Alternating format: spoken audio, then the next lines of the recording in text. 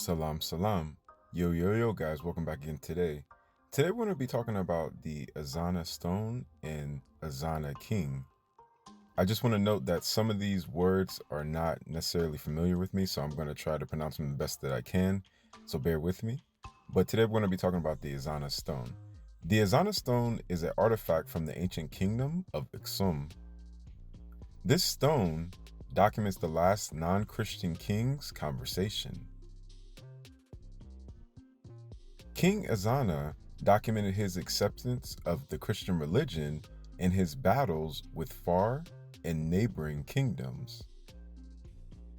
This stone is one of the few ancient recordings that came from pre-Islamic Africa, the other being the Rosetta Stone of Egypt.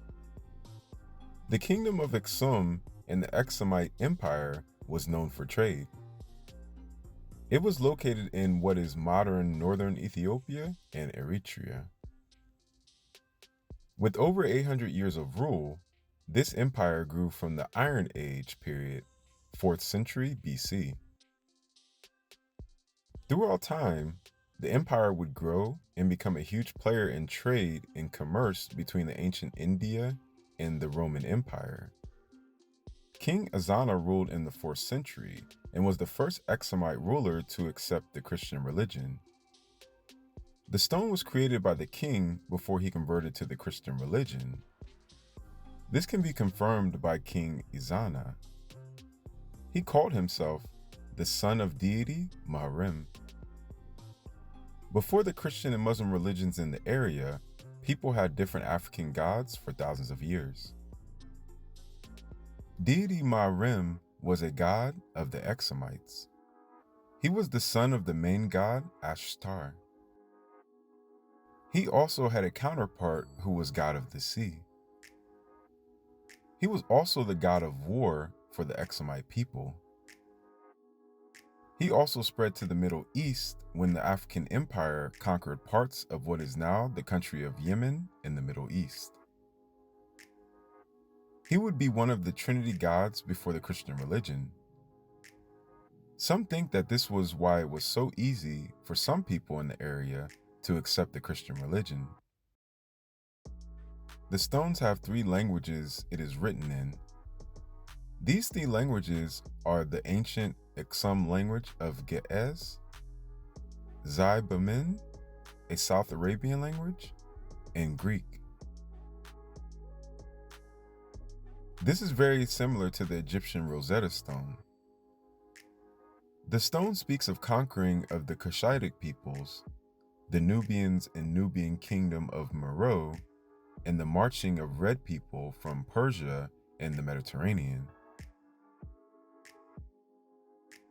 These Europeans and Middle Eastern people would come to the area to trade ivory, incense, items, and gold.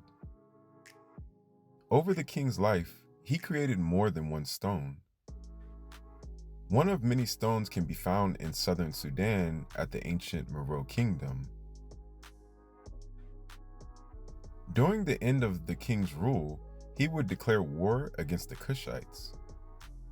He would be victorious and conquer the kingdom of Kush. The Ethiopian Orthodox Church would begin in this time period. We will now read a translation of one of the stones. Note, Noba is the Nubian people, and Kasu is the Cushitic people. By the might of the Lord of heaven, who in the sky and on earth holds power over all beings, Ezana, son of Ella Amida, Bisi Halin, king of Aksum, Himyar, Reden, Saba, Salhin, Tesyamo, Beja, and of the Kasu people, king of kings, son of Ella Amida, never defeated by the enemy. May the might of the Lord of heaven, who has made me king, who reigns for all eternity, invincible, 'cause that no enemy can resist me, that no enemy may follow me. By the might of Lord of all, I campaign against the Noba when the Noba peoples revolted and boasted. "They will dare not cross the Takazi," said the Noba people. When they had oppressed the Mengorto, Hassa, and Barya peoples, and when the blacks fought the red people, and they broke their word for the second and third times, and put their neighbors to death without mercy, and pillaged our messengers, and the envoys whom I sent to them to admonish them, and they plundered them of what they had, including their lances, when finally, having sent new messengers to whom they did not wish to listen, but replied by refusals, scorn, and evil acts, then I took the field. I set forth by the might of the Lord of the land, and I fought at the Takazi and the ford Kimalki. Here I put them to fight, and not resting. I followed those who fled for 23 days, during which I killed some everywhere they halted. I made prisoners of others and took booty from them. At that same time, those of my people who were in the field brought back captives and booty.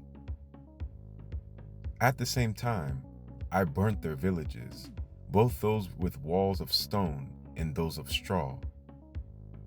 My people took their cereals, bronze, iron, and copper, and overthrew the idols in their dwellings, and threw themselves into the river Seta, Blue Nile. Many lost their lives in the river. No one knows the number. At the same time, my people pierced and sank their boats, which carried a crowd of men and women.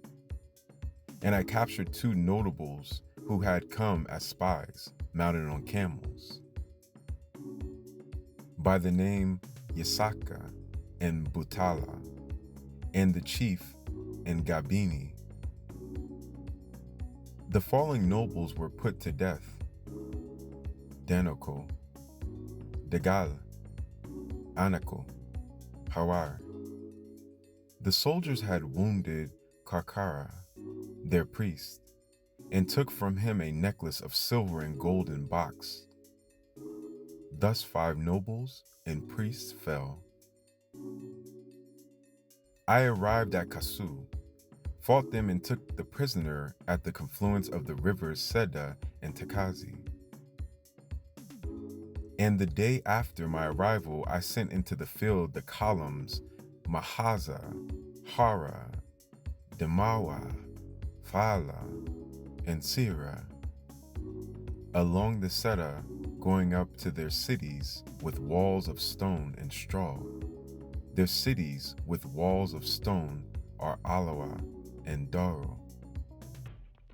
And my troops killed and took prisoners and threw them into the water, and they returned home safe and sound after terrifying their enemies and vanquishing them, thanks to the power of the Lord of the land. Next, I sent the columns of Helen, Lakin, Sabarat, Falha, and Sira along the Seta, going down towards the 4 towns of straw of the Noba and the town of Nagus. The towns of the Kasu, with walls of stone which the Noba had taken, were Tabito, for Toti, and the troops penetrated to the territory of the Red Noba, and my peoples returned safely after taking prisoners and booty and killing by the might of the Lord of heaven. And I erected a throne at the confluence of the rivers Seta and Takazi, opposite the town with the walls of stone, which rises on this peninsula.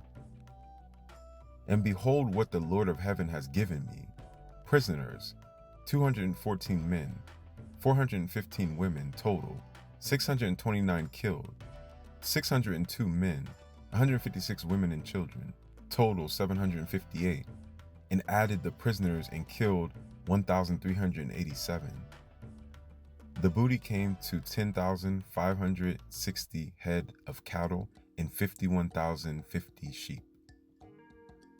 And I set up a throne here in shadow, by the might of the Lord of heaven, who has helped me and given me supremacy. May the Lord of heaven reinforce my reign. And as he has now defeated my enemies for me, may he continue to do so whenever I go. As he has now conquered for me and has submitted my enemies to me, I wish to reign in justice and equity, without doing any injustice to my peoples. And I put this throne which I have raised under the protection of the Lord of heaven, who has made me king, and that of the earth Medir, which bears it. And if anyone is found to root it up, deface it, or displace it, let him and his race be rooted up and extirpated. They shall be cast out of the country, and I have raised this throne by the power of the Lord of heaven. So yo guys, today we learned about the Ezana stone and King Ezana. Please like, subscribe, turn on your bell notifications so you can get all my videos. Add me on all social medias, which is Afric Network, which is Instagram, Twitter, SoundCloud, Facebook, Snapchat, TikTok. Each one teach one. Always love each other. Always learn from each other. And yo guys, until next time, peace. One love.